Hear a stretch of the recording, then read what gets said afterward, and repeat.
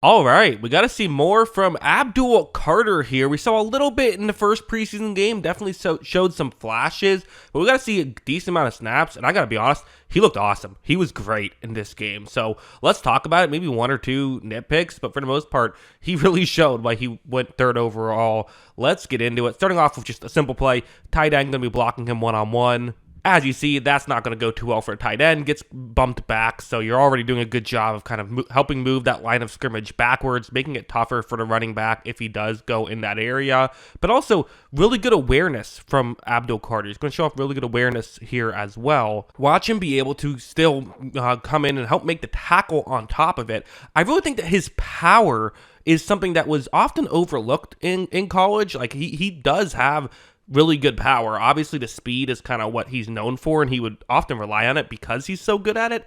But you do see the power, and I think this next play is actually a better example of that. So it's going to be over here. It's going to be a run defense play. And again, I have to say, like, I remember my evaluation of him, I wasn't crazy about his run defense. There was the Micah Parsons comparisons, and my kind of joke was, like, the comparisons are certainly true in run defense. Like, both are more pass rush guys, although Parsons has improved a lot in run defense over the years. But here, I mean, maybe I'm just going to be wrong about that. Maybe it was a strategic decision to focus all on pass rush or something. That's probably not true, but watch what he does on this play. So you have both guards are going to be pulling towards the top of the screen. You see Carter is the one who I have circled in white here. Once this play begins, the left guard goes over to block Carter. I've now circled it in black. Not sure why I decided for the change there, but you see that, what Carter is doing to hold his ground here and honestly driving that guard back. You want to block this out in space a little bit more. Part of why this works is because of Carter's speed, how he met that guard there instead of letting the guard come to him, right? In run defense, you want to be aggressive. You don't want to let the game come to you. But that's one thing. Watch what he does once this play continues. Just watch the guard. Watch as he's driven back into the other guard, and then the running back runs into that guard. So Carter pushed the right guard into the left guard into the running back. Get all that? Yeah, good. Impressive stuff. Showing the strength that this guy has. It's truly remarkable. Also, this play, which isn't, some of these plays don't necessarily amount for everything, but are still they show what he can do. It's once again him going up one-on-one against a tight end right here, which, okay, listen, is that a mismatch? Sure.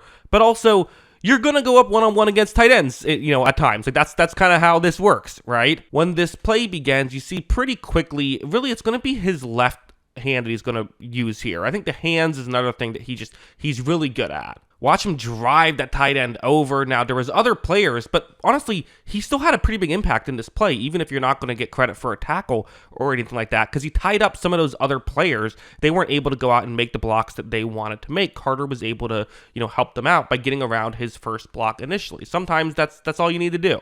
And again, more than anything, more than the actual, impact of the play, it just goes to show what he can do, what he's capable of. Also, they did something like this, which is actually pretty clever, and I think they'll probably do this in the regular season a decent amount because it's pretty smart, where so you have him lined up as the edge rusher on this play, but they're also going to have a player blitz off the edge. Okay, makes sense. So if you're the Jets, how would you want to approach this? Well, probably what you want to do is have your right guard now block Carter, to tackle block the blitzer. Simple enough. Except when this play begins, as they're trying to get in position, the guard's a little bit slow in getting over there. Not badly. I actually would say he picks this up pretty well, but just you're going to be a little bit slow when there's a blitz. That's why you blitz, to kind of get guys a little bit jumbled.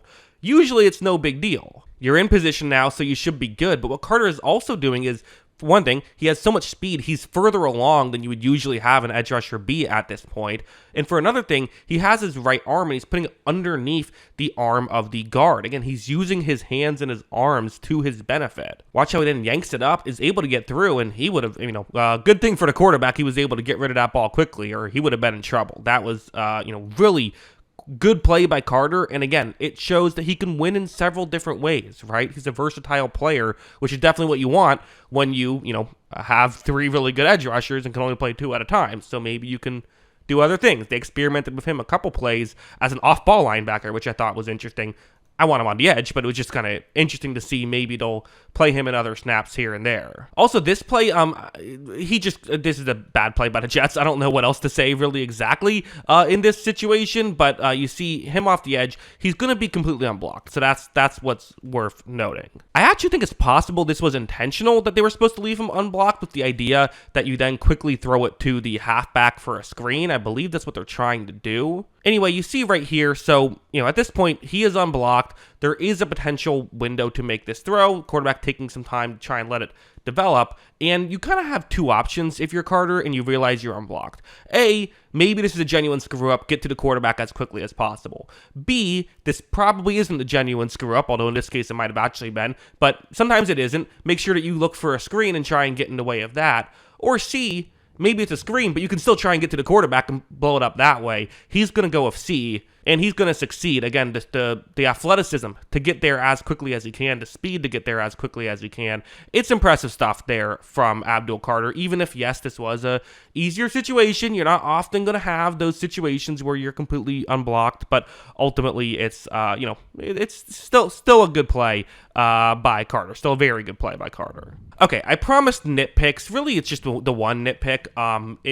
So I actually considered showing a play earlier when he got chipped and wasn't really ready for it. But I figured, whatever, it's one play. Here, seeing it again though, this is something that I'm just a little confused by, I guess. So there's a tight end on this play, and the tight end is going to be chipping Carter, which means you block the edge rusher a little bit, and then you go out and run a route. So it's not a full-on double team, but you're helping out your offensive lineman while still being able to help out the receiving game by running a route. You see here, though, kind of two things are happening. One, Carter is so aggressive off the line that, it just, if he gets hit, it's going to hurt more have more of an impact, I should say, because he does go so quickly. And also, he's just not ready for this. He's just completely unaware of this happening.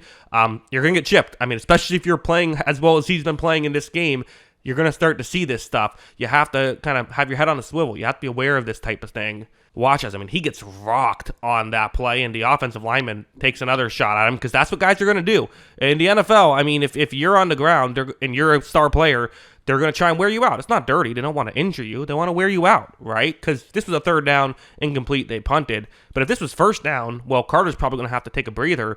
Now you've, taken one of their best players out of the game for a few plays. So, and also you weren't able to make an impact on the play, so that doesn't help also.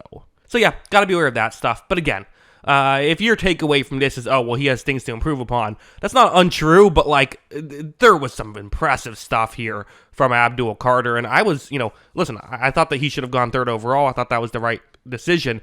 I'm even more impressed with the preseason performance than I was, and I was already that high on him, right? This is good stuff, and while I kind of viewed him as he's probably going to be a number one edge rusher, I don't know, could he be an elite level edge rusher? Is that what's going to happen? Is he going to actually be Micah Parsons or TJ Watt or some of these guys? Okay, I'm getting ahead of myself. It's a good preseason performance, but still, very good preseason performance. That's what I think. What do you think? Let me know in the comments below.